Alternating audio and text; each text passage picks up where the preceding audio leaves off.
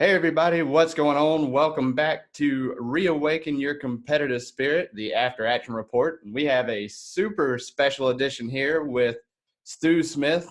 Hey Stu, what's going on? Hey, good to see you. Thanks for having me on. Great to have you. Stu is an awesome dude. He is a former Navy SEAL lieutenant.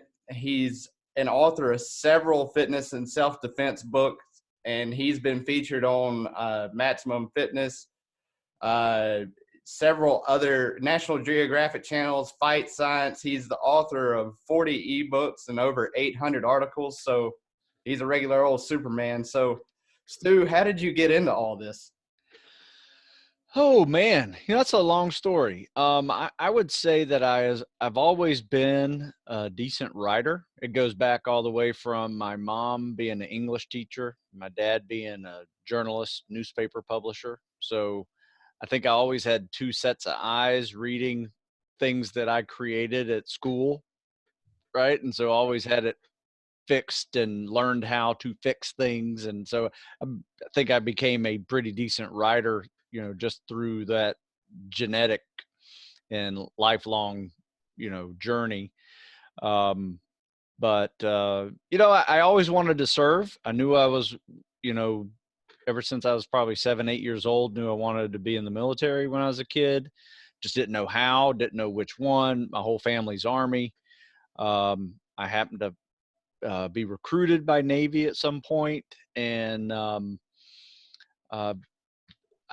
you know what I did is I looked at where all the Navy bases were, around the world, and I was like, I'm from Florida, so in a beach town, so I figured, it looks like every Navy base is a beach town, so I was like, I'm going to live in the Navy, wherever Navy puts me, it's always going to be something normal, to that. Um, but yeah, I guess, when fitness was all part of it with athletics, and, it just kind of blended together into this kind of working out and writing about it business opportunity that I kind of created for myself, years ago, almost 20, 21 years ago now. And I love it. It's just been something that has been, more of a hobby, but I turned it into a business. I will say this though, once you turn your hobby into a business, you lose your hobby. Yeah. Uh, but it's very rewarding still. So I don't consider it work, but I don't consider it a hobby anymore either. So Right. It is weird how that happens. Like that's happened to me a few times. It's strange to toe that line, for sure. mm. Uh, so what type of athletics did you do growing up? Just a crazy kid that couldn't sit still. Right. Probably if they had the definition of ADHD, I probably had it. I was just couldn't sit still, and I still can't. It's hard to sit still for long periods of time. So fairly active all my life. Start off with baseball, and then that evolved into football and wrestling, and ran track. Um, yeah, and lifted weights. We actually had a powerlifting team in my high school, which was a lot of fun. Kind of Mm. ruined my baseball because I couldn't throw anymore after powerlifting for a season or two. But Right. anyway, I found something to do anyway, and I was actually recruited for football for quite quite a few schools, and wound up discovering what the Naval Academy was, and I was like, wow, I could play football and be in the Navy and go be a pilot. After in the '80s, everybody wanted to be a pilot after Top Gun came out. So Obviously. that was a big draw. Um, but anyway, I just it all once again it all just kind of blended into a career of in the military for I was only in for 8 years, but it was a good process that once again I didn't really have a lot of control over it. It just kind of moved in that direction. So I was very fortunate. Right. Awesome. Well, the first time I actually got to talk to Stu, got to talk to you and over Zoom was back in December with Jim Edwards on the Jim and Stu show, and you guys were looking over a sales letter for me and critiquing. And there was something that you said that really rung my bell. It was something that I had thought about before, but I wasn't talking about in my sales letter. And it was something to the effect of, one of your big selling points to your audience when you talk is like, one day your teammate's life is going to depend on your level of fitness.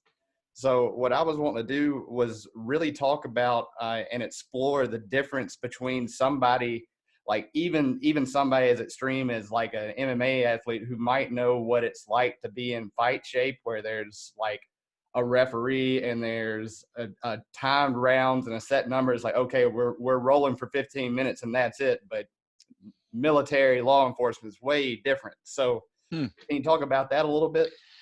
Yeah, when I started writing about fitness, I started writing about military, law enforcement, and firefighter fitness. And about 10 years later, that evolved into a new genre altogether called tactical fitness.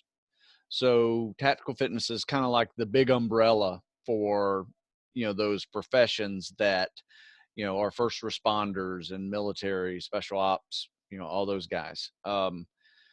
And there's a level of importance that, fitness has to be a part of. Oops, sorry, my light just exploded. That was weird. I so noticed it just got dark. My light actually just blew up. So, I have a funny story about that too. I have to tell you later. But anyway. yeah. But anyway, tactical fitness is that important. Your buddy's life may depend on your level of fitness or your own. And we all should be some level of tactically fit. And what I mean by that is, um, if you compare it to a regular athlete, an athlete may be great or has to be great in a couple of the elements of fitness. So a football player has to be strong and powerful and have some speed and agility. Doesn't really need to have a lot of cardiovascular endurance and muscle stamina. That all kind of, it might be okay in it, but it's not a focus. A swimmer doesn't even, you ever see a swimmer do an agility course on land? It's No. actually quite humorous. I mean, they use a fish out of water. But same flip side, someone who can just tear up the agility course might not be able to swim very well. So it's, in the tactical world, we have to be good at all of them. Don't have to be great at any one of them, though your athletic history may kind of guide you to a certain level of good to great. But those accompanying weaknesses have to also be brought up. So in my world of tactical fitness, we tend to focus first on the weakness, whatever that is. And that person, it might be big and strong, but can't run. It might be little and fast and can run for days, but not strong. And then all the other, depending on what the job entails, some of the job skills are also having to be introduced into your training that you may have never done before. You may have never swum before. You may have never carried 50 pounds in a backpack and gone for 10, 15 miles. Obviously, there's a progression to all of these things, and it takes time. So that is kind of what I teach in the tactical fitness world. And trying to just help people realize that we all have weaknesses going into them, and we all have weaknesses going into life. So there are life skills that some of us may not be good at as well, whether you're the MMA fighter or you're the football player. There are some levels of aggression that your sport may allow for you to bring to a situation that will be positive in the outcome for you. But you know is it the best option, right? Is it the best, is it the most efficient option? Little things like that. But you can go so many different areas in tactical fitness, but the main key is to trying to eliminate weaknesses. I tell people all the time that if you can't swim, you are ineffective on 75% of this earth, in a situation where you might have to save somebody in a body of water. Right. That So, makes a lot of sense. that's a big one, right? So, I mean, think of it as a survival skill, not necessarily as a workout. event. It is an actual skill that, never hurts to learn a new skill. Just like you learn a new language, you can learn these skills as well and kind of build up all these tools in your backpack that make you a better asset in any of those types of situations that we're faced, whether they're man-made or natural disasters. Right.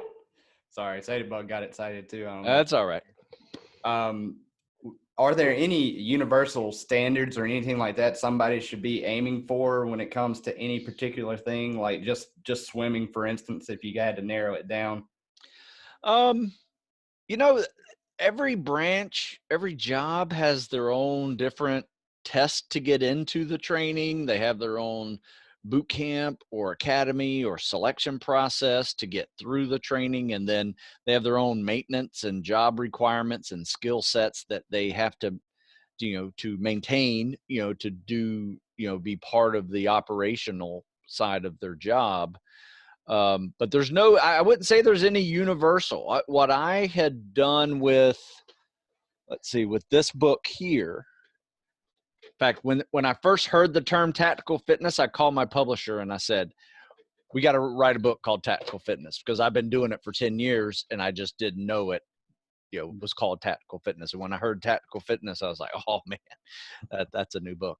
But what I did is I really thought about it, and I thought about it in the question that you just asked. Is there a universal kind of standard? And in there, I created a fitness test that I call the Dirty Dozen.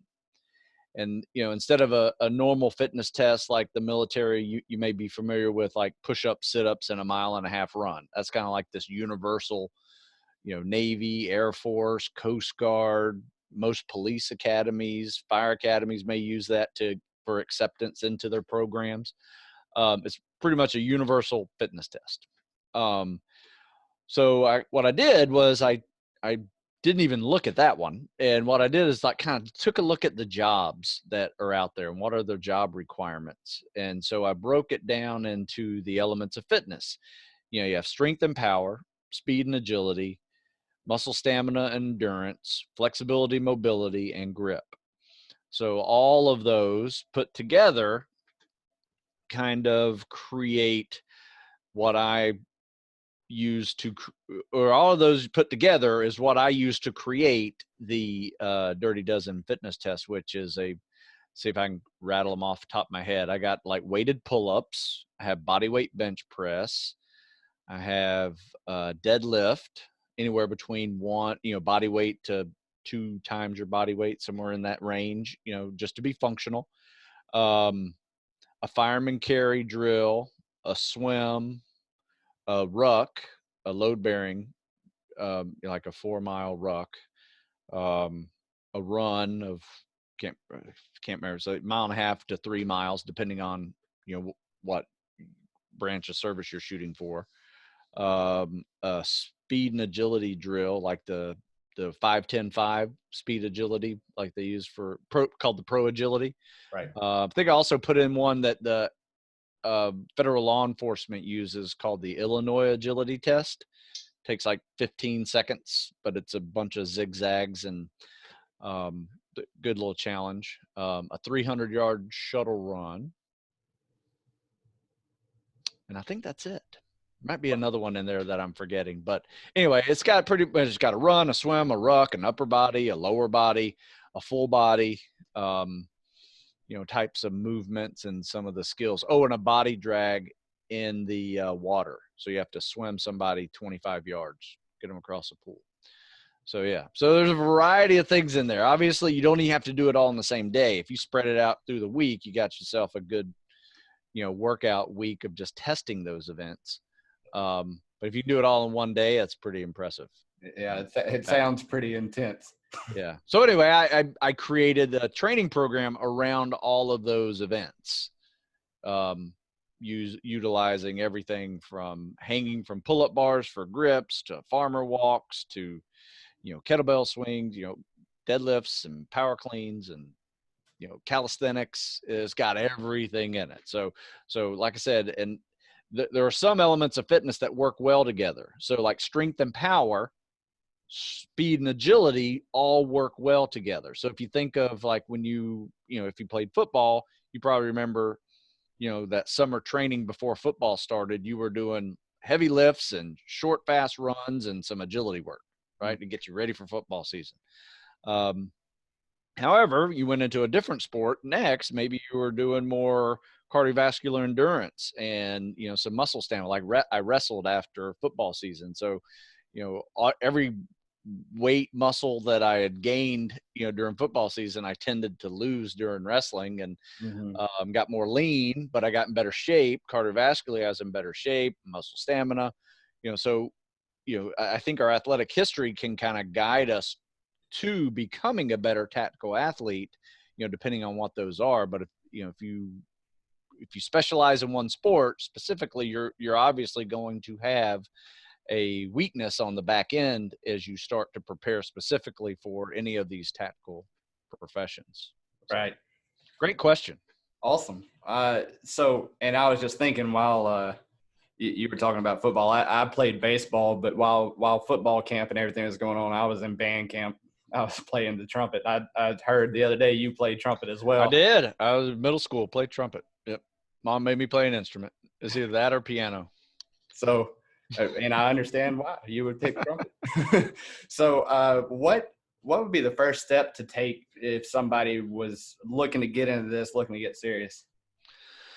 Well, are you thinking about for a profession in any of the tactical fitness world, or they just want to become a more well-rounded athlete or trained person?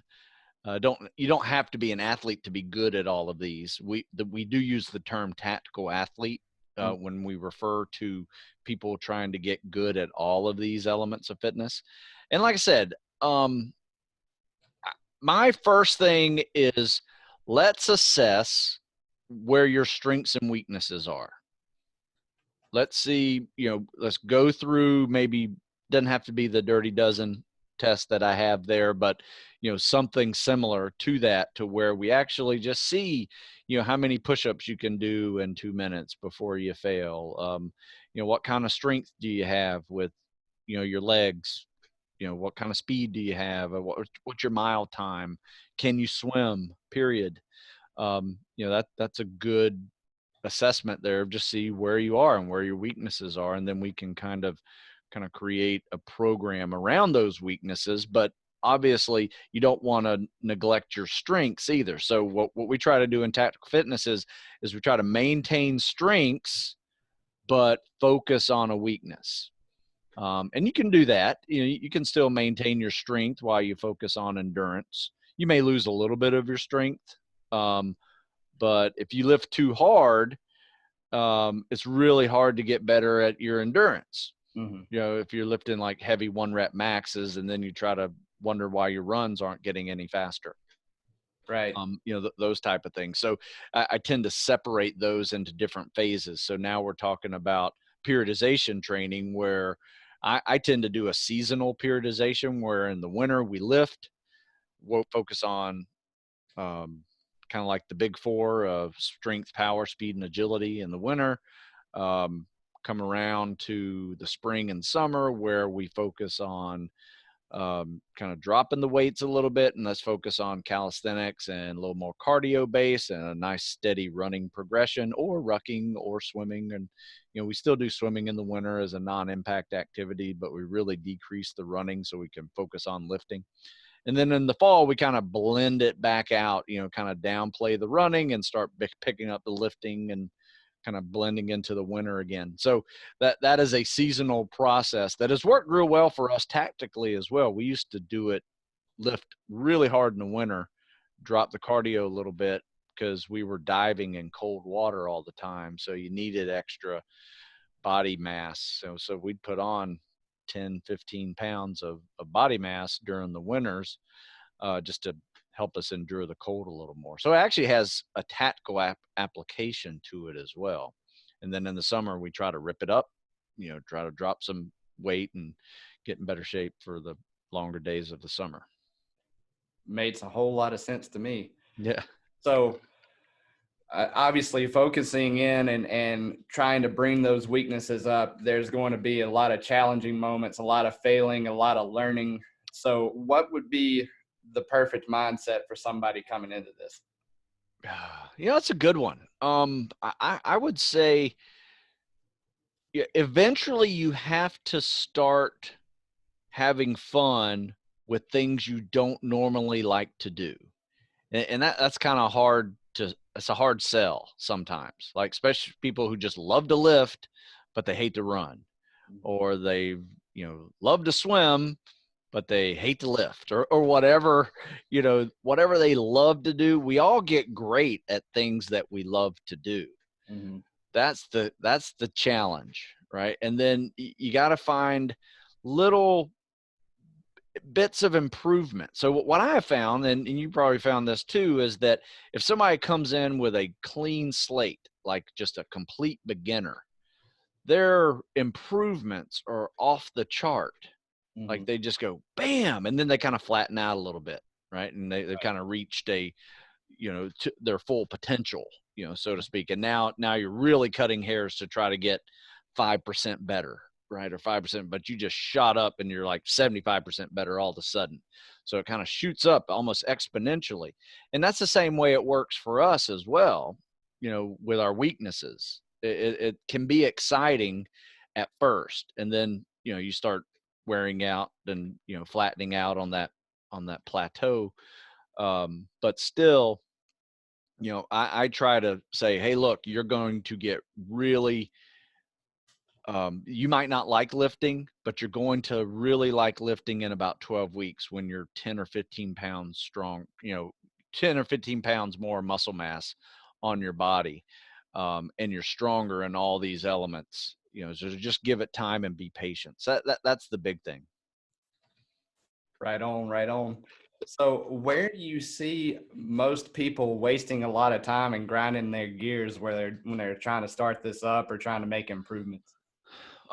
Great one. I would say they're not patient, and they probably do too much too soon, too fast, and get injured with, typical overuse injuries.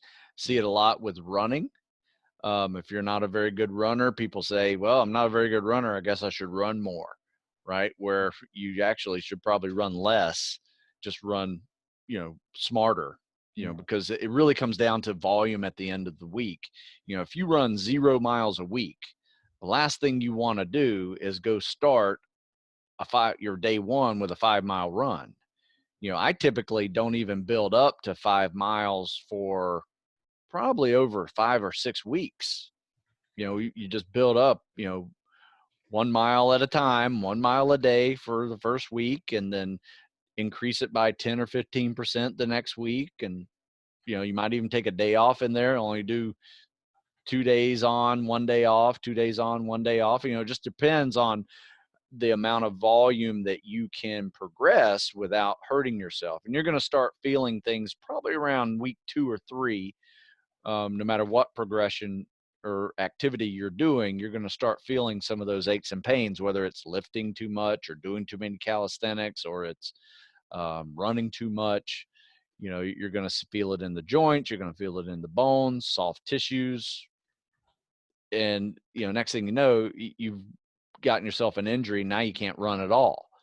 Mhm. So for the biggest problem is patience, and try to think logically with your progressions. And I try to do that with my books, kind of start you off at a beginner session, work you to an intermediate, and build up to an advanced. However, my, warm up may be your workout, or vice versa, Mhm. you know.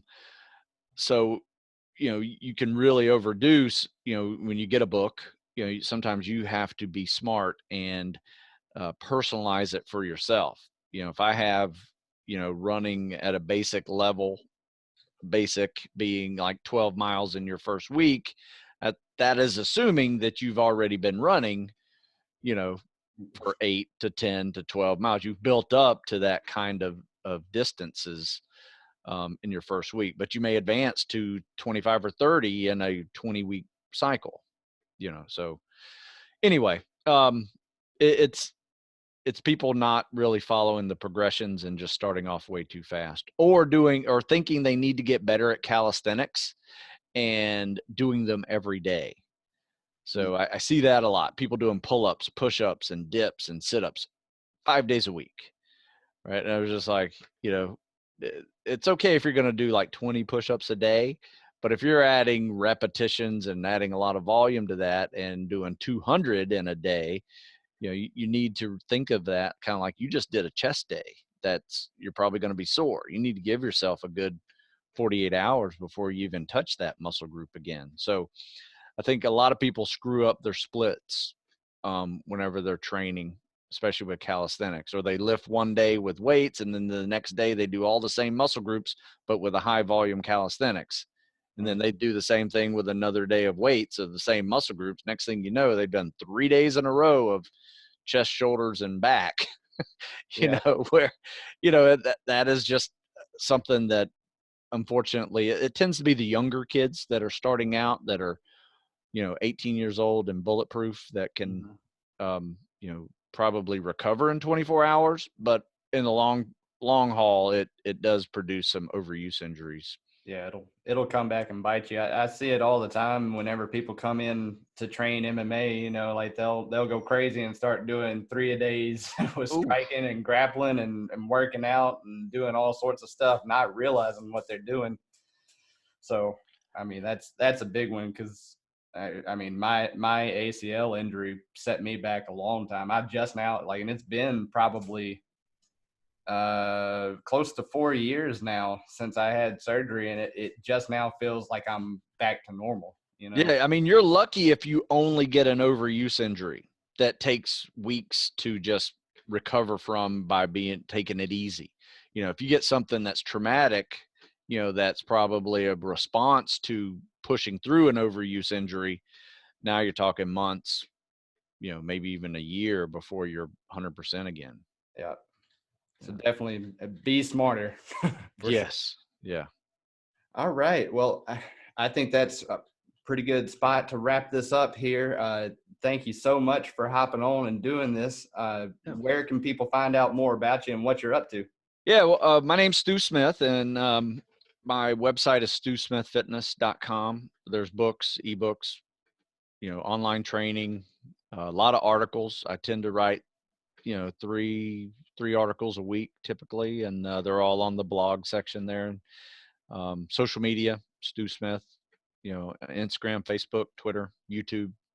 Got a lot of videos on YouTube too. So yeah, check me out. All right, guys, you heard him. Check him out. Thank you so much again, Stu, for hopping on here. Absolutely. Thank you for having me, and good luck to you. Thank you very much. And remember, guys, you are one upgrade away.